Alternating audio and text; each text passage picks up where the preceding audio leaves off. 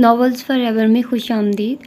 Novel جنون عشق جس کے رائٹر ہیں ریاض عاقب کولر، اس کی یہ چوتھی ایپیسوڈ ہے and I am so sorry کہ آپ لوگوں کو اتنا زیادہ انتظار کرنا پڑا۔ ایکچولی میں جب بھی اس کو ریکارڈنگ کرنا چاہ رہی ہوتی تھی تو میرا موبائل نیٹ ورک کی اسپیڈ سلو ہو جاتی تھی۔ میں بہت کوشش کرتی تھی کہ میں دیکھ سکوں کہ میں نے کہاں پر ختم کی تھی تیسری ایپیسوڈ، اور مجھے یاد نہیں رہتا نا، تو میں اس کو دیکھنے کے لیے مجھے ظاہر سی بات ہے اپنے چینل کو اوپن کرنا اور سارا کچھ کرنا پڑتا تھا، تو ہوتی ہی نہیں تھی، تب اسپیڈ ہی نہیں ہوتی تھی نیٹ کی، گھنٹہ میں کرتی رہتی تھی۔ اور پھر میں موبائل اتنا یوز کر ہی نہیں رہی آج کل، سوائے مطلب میں اسٹیچنگ کر رہی ہوں نا، تو آج کل میرا سارا فوکس اسی چیز پر تھا۔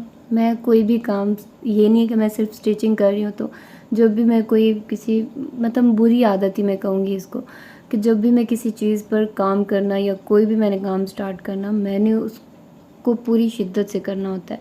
مجھے ہوتا ہے کہ میں اپنا بیسٹ دوں اس میں، تو میں نے آپ لوگوں کو پورا منتھ اچھے سے ناولز پرووائڈ کرنے کی کوشش کی ہے۔ میں نے اپنا پورا ٹائم آپ لوگوں کو دیا ہے، میں نے اس میں کوئی کام نہیں کیا سوائے ناولز ریکارڈ کرنے کے۔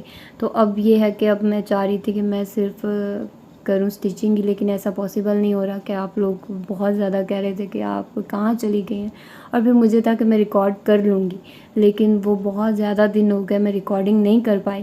2-3 دفعہ تو میں اسی طرح ریکارڈنگ ہی نہیں کر سکی، کہ میں جب بھی اوپن کرتی وہ آگے سے نیٹ ورک بہت سلو ہوتا، تو میں اوپن ہی نہیں کر پاتی تھی۔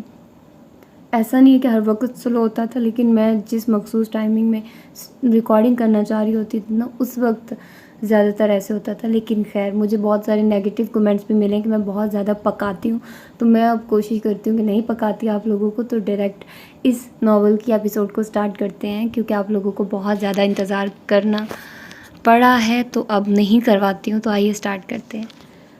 وہ صبح سویرے ناشتہ کر کے آگے روانہ ہو گئے۔ شام تک وہ ڈیرہ اسماعیل خان پہنچ گئے تھے۔ رات وہیں گزار کر اگلے دن وہاں سے روانہ ہوئے۔ اس مرتبہ انہوں نے ایبٹ آباد جا کر دم لیا۔ یہاں کا موسم تو بہت اچھا ہے۔ اپریل کا آغاز ہے اور اچھی خاصی ٹھنڈ ہے۔ گرم پانی نہ ہوتا تو شاید غسل کرنا ممکن ہی نہ رہتا۔ یہ ایبٹ آباد ہے جناب، اگر ہم کراچی چھوڑ کے یہاں آئے ہیں تو کچھ سوچ کر ہی آئے ہیں۔ اچھا اب اٹھو نا، نہانا نہیں ہے؟ نہیں جی، مجھے سردی لگ رہی ہے۔ تو پھر کھانے کا بتا دوں؟ ہاں، دانیال نے روم سروس کو کھانے کا آرڈر نوٹ کرا دیا۔ کھانا تیار ہونے تک وہ بالکنی میں آ گئے تھے۔ ایبٹ آباد شہر چاروں طرف سے پہاڑیوں میں گھرا ہوا ہے۔ پہاڑی پر بنے ہوئے گھروں سے چلکتی روشنی عجیب اور دلکش قسم کا منظر پیش کر رہی تھی۔ کتنا خوبصورت منظر ہے دانی، مسکان وہ منظر دیکھ کر مبہوت ہو گئی تھی۔ شاید، مگر جو منظر میں دیکھ رہا ہوں اس سے زیادہ خوبصورت نہیں ہے۔ آپ کیا دیکھ رہے ہیں؟ کہتے ہوئے مسکان نے اس کی جانب نگاہ دوڑائی تو وہ اسی کی طرف متوجہ تھا۔ مسکان کے چہرے پر حیا کی لالی گھٹا کی طرح پھیلی اور وہ جذبات سے پورے آواز میں بولی، ادھر دیکھو نا، یہ منظر کراچی میں دیکھنے کو نہیں ملے گا۔ جو دیکھ رہا ہوں اگر یہ ہمیشہ دیکھنے کو ملتا رہے تو مجھے کسی اور منظر کی طلب ہی نہیں رہے گی۔ وہ ہلکے سے مسکرائی۔ بالکل پاگل ہیں۔